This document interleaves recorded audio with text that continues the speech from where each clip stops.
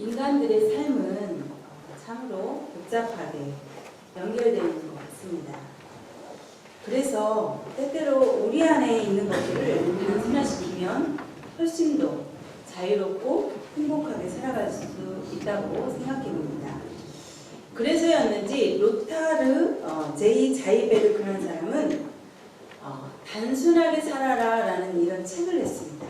그래가지고 여기에서 6가지로 단순하게 사는 방법들을 이렇게 발표하였습니다. 자, 이 사람이 말하는 첫 번째로 단순화시켜야 할 것은 바로 내가 가진 것들을 줄이기입니다. 우리 성도님들은 각자 가지고 있는 그 개인 물품이 얼만큼쯤 있다고 생각하십니까? 여기서 말하는 평균적으로 이렇게 계산하는 게 1만 개 정도 있다라고 이렇게 말을 합니다. 우리 성도님들 한번 생각해 보시면 1만 개, 10,000개죠. 10,000개 정도 되시는 것 같습니까? 갖고 계신 게. 우리들이 가지고 있는 책들, 그리고 뭐 화장품들, 그리고 옷장에 있는 옷들, 또 우리 여성분들은 뭐 이런 그릇들, 연장 도구들, 이런 것들을 모두 합치면 그 정도 된다고 말을 합니다. 자, 이렇게 우리들이 가진 것들이 이렇게 많다 보니까 먼저 해야 될 것은 바로 이렇게 많은 것들을 버릴 것은 먼저 버리고, 그리고 또 나눠줄 것들은 나눠서 이렇게 서로 한다면은 이게 이제 삶을 단순화시키는 첫 번째 방법이라고 합니다. 자, 두 번째로 말하는 이 단순화시켜야 할 것은 뭐냐면은 나만의 기준을 정하는 겁니다. 티베트 속담에 이런 말이 있다고 합니다. 충분히 가지고 있다고 느끼는 사람이 진정한 부자다.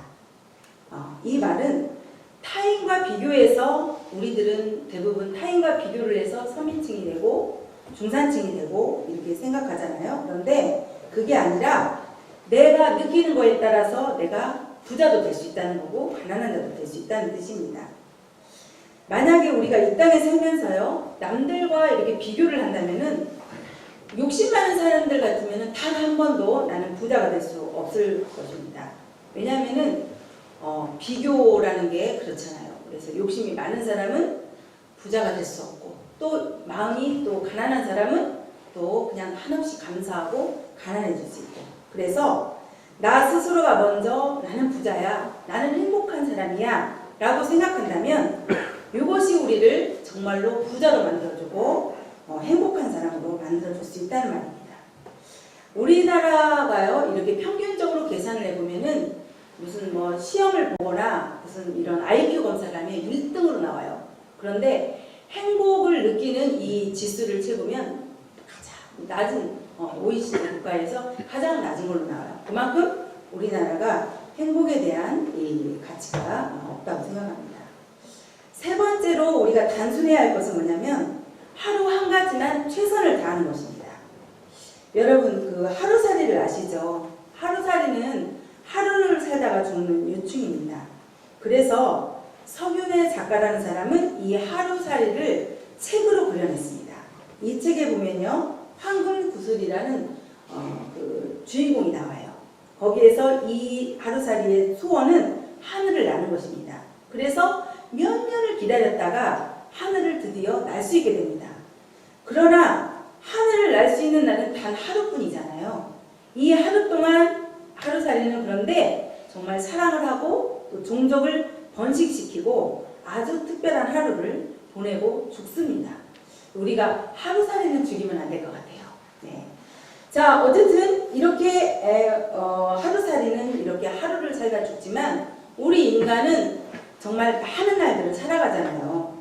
그래서 우리 안에는 또 끝없는 욕망도 있고 또 욕심들도 있고, 그래서 우리들이 이런 욕망과 욕심들을 불필요한 것들을 좀 제거하고 꼭 중요한 한 가지 일만 하루에 최선을 다해보는 겁니다. 이때 중요한 것은 완벽하게 하는 것보다는 그냥 자신이 느끼기에 만족스럽게 나는 이 정도면 됐어 라고 만족할 만큼만 최선을 다하는 것입니다. 자, 네 번째로 단순화시켜야 할 것은 뭐냐면 하루에 30분은 자신을 느슨하게 몸을 좀 풀어주고요. 한 달에 한 한 번 정도는 여행을 하고 코스모스 길도 좀 걸어보고 또 일주일에 한 번은 10시 이전에 또 취침할 것을 권하고 있습니다. 바쁜 일상에서 자신을 돌아보면서 자신을 사랑하는 그런 소중한 시간을 가져보라는 그런 말씀이겠죠. 다섯 번째로 타인에 대한 선입견을 버릴 것을 권합니다.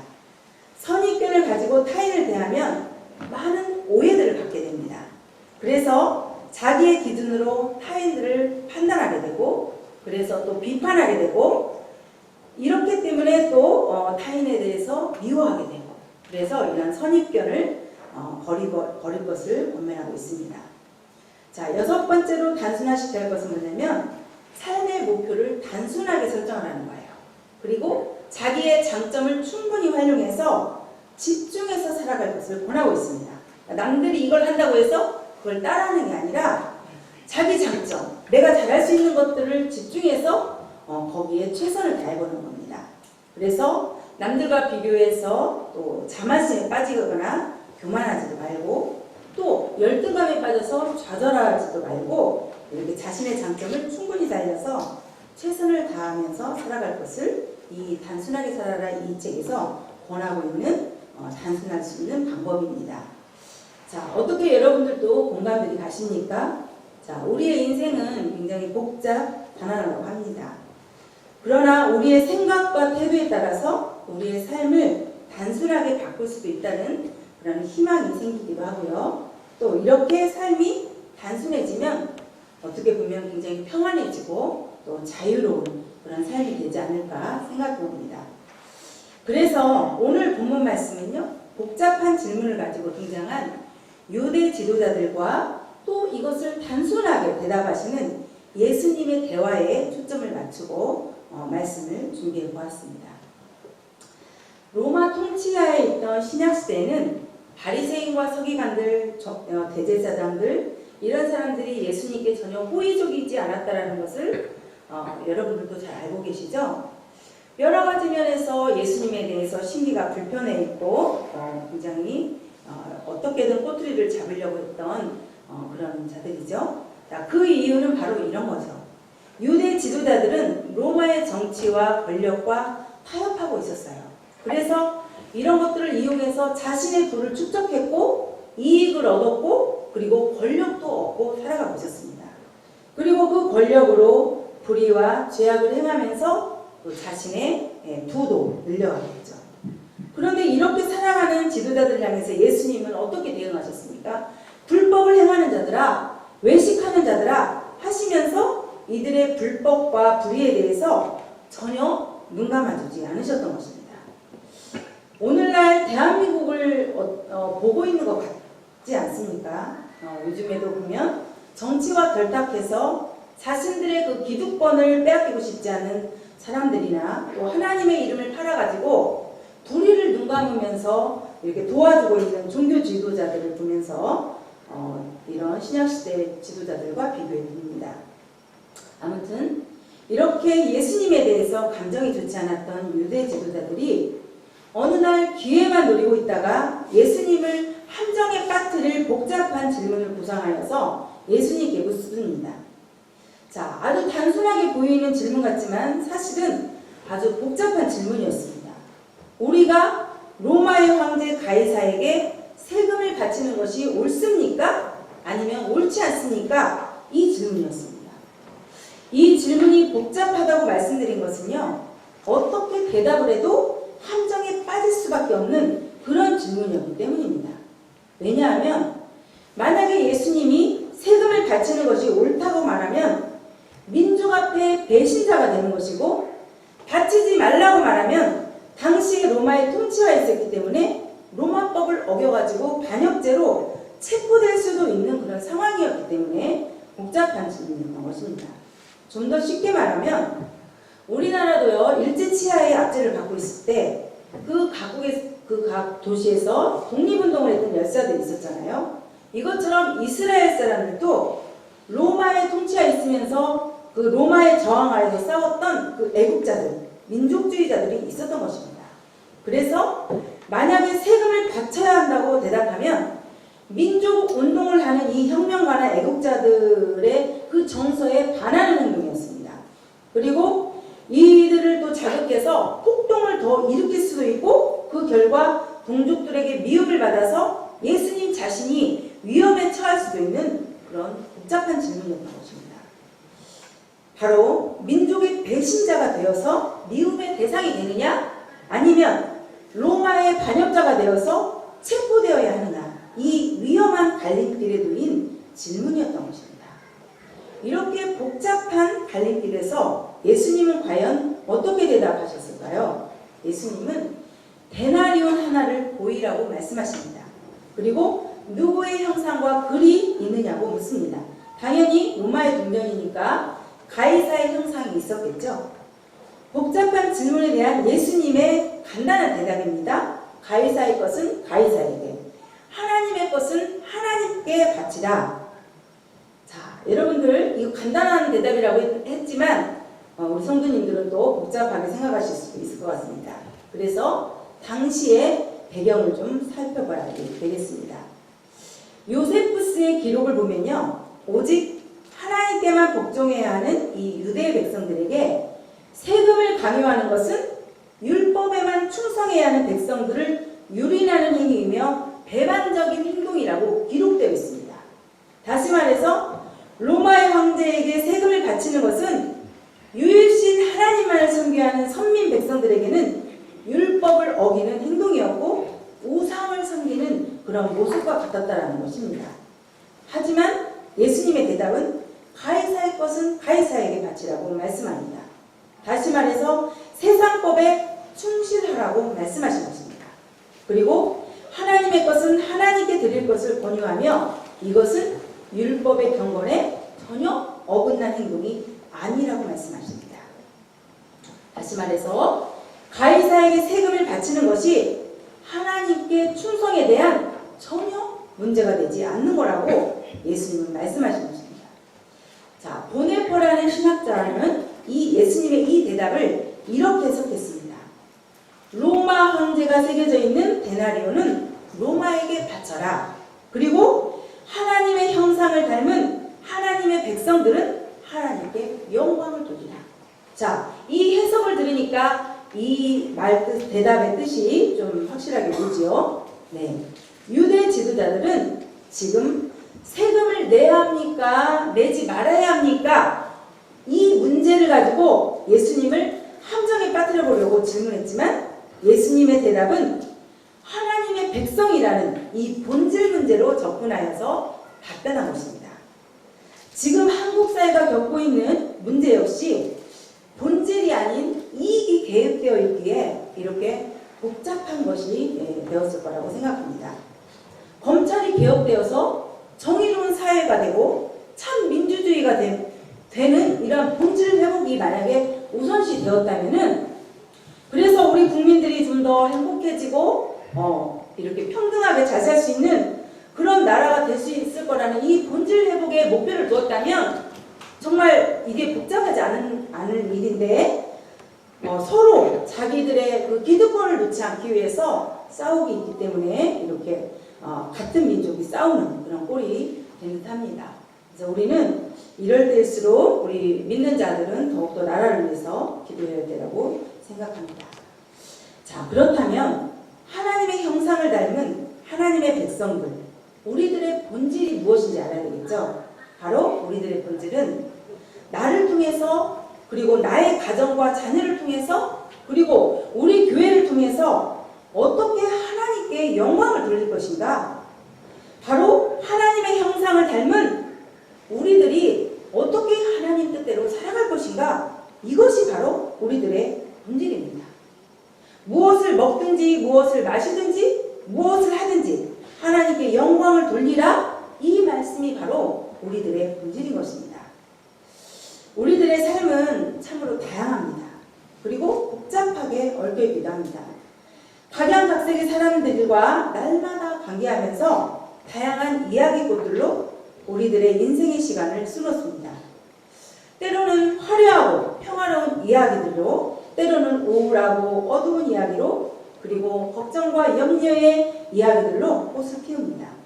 또한 나라와 민족 간의 이야기로, 가정과 자녀들 이야기로, 그리고 교회와 이웃들 이야기로 말자체를 벌입니다. 이렇게 많은 이야기가 우리들의 삶을 떠돌고 있을 때 우리는 고민합니다. 도대체 무엇이 진실일까? 어디까지 믿어야 하고 어떤 가치를 따라야 할까? 자, 이렇게 선택의 기로에서 우리들은 늘 고민하고 있습니다. 이때 하나님의 백성으로서 우리가 반드시 주의해야 할 점은 모든 것을 하나님께 초점을 맞추는 것입니다. 만약에 무엇을 하든지 오직 하나님만을 높이고 하나님께 영광을 돌려야 한다는 그 중심이 없다면 바로 우리들의 이야기들은 헛되고 망령된 말이 되어서 죄악의 본질이 될 수밖에 없습니다. 그래서 하나님의 형상을 닮은 우리의 이웃들에게 때로는 상처를 입히고 또 교회 공동체를 무너뜨리는 그런 결과를 초래할 수도 있습니다. 제가 여러분들에게 드리고 싶은 말씀은 이것입니다. 우리들의 말, 우리들의 삶 속에 무엇을 말하고 무엇을 행동해야 하든지 그 선택의 기로에 있다면 반드시 하나님께 영광이라는 이 목표를 가지고 우리가 행동해야 되고 말해야 되고 살아야 된다는 것입니다. 만약에 하나님께 영광이 되지 않는 말이라면, 주님의 영광의 빛을 가리는 행동이라면 그것이 진실처럼 느껴진다 할지라도, 그리고 억울한 상황이라고 생각한다 할지라도 잠시 멈추고 주님께 기도하면서 주님께 지혜를 구해야 할 것입니다. 그리고 인간적인 생각과 지식 또 감정으로 결정하지 말고 하나님이 주신 마음과 지혜로 이렇게 선택해야 한다는 말씀입니다. 이것이 복잡한 우리의 인생 이야기를 단순하게 풀어내는 정답이며 하나님께 영광을 돌리는 그런 모습입니다. 자, 초대교회에 있었던 이야기 하나를 여러분들에게 소개하려고 합니다. 최초로 세워진 교회는 예루살렘 교회였습니다. 그런데 예루살렘 교회가 한참 막 부흥할 때 일어난 이야기입니다. 이 교회 안에는 히브리파 유대인들과 헬라파 유대인이 함께 신앙생활을 하고 있었습니다. 헬라파 유대인들은 어떤 사람들이냐면요, 같은 유대인이지만 헬라파 유대인들은 남과 북으로 이렇게 이스라엘이 멸망했을 때 아수르나 바벨론 제국으로 포로로 끌려갔잖아요. 그때 그곳에서 살았던 사람들, 아니면 애굽이나 다른 나라로 이동해서 각 처에 살고 있었던 이 디아스포라 유대인들이 있었습니다. 이 사람들이 이제 통일이 되고 회복이 되고 예루살렘에 모여서 함께 예배했던 그런 사람들을 바로 헬라파 유대인들이었습니다. 그러니까 수적으로 보면 별로 없었겠죠. 반면에 이스라엘을 떠나지 않고 쭉 이스라엘을 지키고 있었던 유대인들을 바로 히브리파 유대인이라고 합니다. 이 사람들은 히브리어, 아람어를 사용하고 있었기 때문에 히브리파고, 아까 그 사람들은 헬라어를 사용하고 있었기 때문에 헬라파 유대인입니다. 이렇게 초대교회 안에 헬라파 유대인과 히브리파 유대인이 함께 예배를 드리고 있었습니다. 그러나 그 지역에 쭉 머물고 있던 사람들, 이 사람들 히브리파 유대인들이 절대 다수로 많았습니다. 그러던 어느 날요, 초대교회 안에 원성이 오기 시작했습니다. 바로 히브리파 유대인에 대한 헬라파 유대인들의 불만의 원성이었습니다. 그 이유는 교회가 행하는 구제의 대상에서 헬라파 유대인 과부들이 제외되었던 것입니다. 그것은 구제를 전담하고 봉사를 하던 사람들이 모두 히브리파 유대인이었기 때문에 팔은 안으로 굽는다고 하잖아요. 그래서 구제 대상에서 히브리파 과부들에게만 주었던 것입니다. 자, 이 상황 이해되시죠? 자, 이 상황을 좀 더 쉽게 우리 교회에 좀 이렇게 적용을 해본다면, 우리 교회들도 이렇게 친척 간의 연결이 많이 있잖아요. 그러면은 친척이 이렇게 많은 다수가 있는 친척이 있어요. 그런데 적은 친척이 있어요. 그런데 많은 다수의 친척에서 교회에 무슨 이득을 주는 이렇게 부재하거나 무슨 좋은 것들, 이런 것들은 다 이쪽 많은 수가 다 차지하고 있어요. 그러면 이 적은 수들이 분명히 불만이 있겠죠. 지금 그런 상황인 거였어요. 자, 이렇게 해서 이 헬라파 유대인들이 이제 이런 불만을 가지고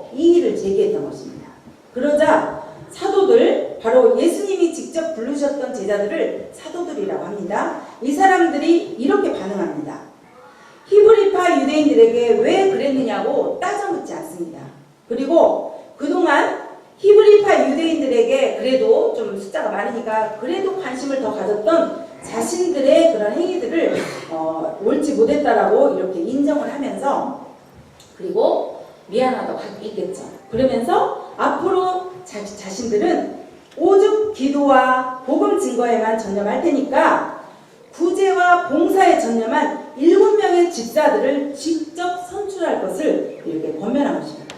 그래서 히브리파와 헬라파 교인들이 그것도 직접 같이 세울 것을 권면합니다. 자, 이렇게 해서 사도들의 권면에 따라서 7명의 집사들이 선출됩니다. 자, 그런데요, 이렇게 교인들에 의해서 선출된 스데반을 비롯한 7명의 집사들은 모두 헬라식 이름을 가진 사람들이었습니다. 좀 말이 안 되잖아요. 히브리파가 숫자가 많으니까 당연히 히브리파 숫자가 4명이면 헬라파에서 3명이 나온다든지 이게 맞잖아요. 그런데 이 7명의 집사가 모두 헬라파 이름을 가진 사람들이었다는 것입니다. 자, 우리 한국 정서를 보면 도저히 이해할 수 없는 그런 상황이었지만 초대교회에는 이런 일이 가능했습니다. 자, 이렇게 해서 왜 그랬을까요? 이것은 헬라파 유대인들을 히브리파 유대인들이 표를 몰아주었기 때문에 가능했던 것입니다. 그리고 이 일은 초대교회를 이끌었던 중심축이 히브리파에서 헬라파로 옮겨간 일대 사건이 되었고, 이후에 헬라파 유대인들의 눈부신 활약상이 사도행전에 기록되어 있습니다. 만약에요, 히브리파 유대인들이 자신들의 그 기득권을 주장하면서 양보하지 않았더라면은 아마도 초대교회의 그 놀라운 역사들은 기록될 수가 없었겠지요. 자, 성령의 역사도 없었겠지요. 자, 이렇게 정말 복잡해질 수 있는 문제를 단순하게 풀어내서 하나님께 영광을 돌린 아름다운 이야기입니다. 이 아름다운 이야기 뒤에는요, 자신들이 가진 기득권, 명예를 포기한 히브리파 유대인들이 있었습니다. 그리고 오직 기도와 말씀 증거에 집중하기 위해서 7 집사를 세울 것을 권면한 사도들이 있었습니다. 이들 모두 복잡해질 수 있는 문제를 단순하게 풀어내서 함께 협력해서 선을 이루어간 모습입니다. 오직 하나님만을 높이고 하나님께 영광을 돌린다는 이 근본적인 생각은 모든 복잡한 문제를 해결하는 열쇠가 될 것입니다. 자, 우리들의 삶은 어떻습니까? 우리의 교회는 어떻습니까? 아직도 해결되지 않은 복잡하게 얽혀있는 문제는 무엇입니까? 오직 하나님께 영광을 돌려야 한다는 그 중심을 회복해야만이 바로 이 놀라운 역사가 일어날 줄 믿습니다. 나의 말 그리고 나의 행동이 몸된 교회를 어지럽히고 분열시키는 요소가 된다면 과감하게 멈춰야 할 줄 믿습니다. 그리고 나의 말, 나의 행동이 주님께서 만들어주신 새로운 가족, 우리 교회 공동체 형제자매들에게 상처를 주는, 또 절망을 주는 그런 말이라면 빨리 돌이키시고 용기를 내셔서 다시 관계를 회복해 가셔야 할 줄 믿습니다. 자, 하나님의 자녀, 하나님의 백성된 우리의 본질은 주님의 몸이신 교회를 세우는 일입니다. 교회를 세워가기 위해서 약간의 희생이 따를 수도 있고 또 양보해야 할 일이 있을 수도 있습니다.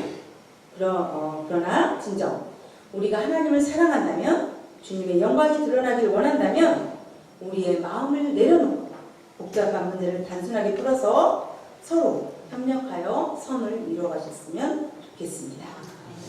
이제 우리는 하나님께서 직접 일하시도록 우리는 내려놓고 하나님께서 직접 일하시면서 이런 복잡한 문제를 해결하시도록 주님께 맡기고 오직 하나님께 영광이라는 이 본질만을 생각하며 살아가셨으면 좋겠습니다. 자, 여러분, 지금 한국 사회의 지도자들을 보아도, 그리고 한국 교회와 또 지도자들을 보아도, 또 우리 가정과 자녀들, 또 우리 교회의 모습을 보아도 복잡한 것들이 너무나 많이 있죠. 자, 이럴 때 우리들이 할 수 있는 일은 뭘까요? 바로 주님께 구해야 합니다. 불쌍히 여겨주실 것을 간구하면서 겸손히 복잡한 우리의 마음을 내려놓고 주님을 의지하면서 기도할 수밖에 없습니다. 그리고 반드시 승리하여 주실 주님을 기대하면서 희망을 가지고 살아갈 수밖에 없습니다. 이렇게 우리들 각자의 삶 속에서 우리들의 사명을 감당하면서 우리의 일을 단순하게 내려놓고 최선을 다하며 살아가면 좋겠습니다. 그리고 이렇게 무겁고 복잡한 세상의 모든 이야기들을 주님께 맡기고 평안함의 축복을 누리시는 우리 모든 성도님들이 되시기를 축복합니다. 기도하시겠습니다.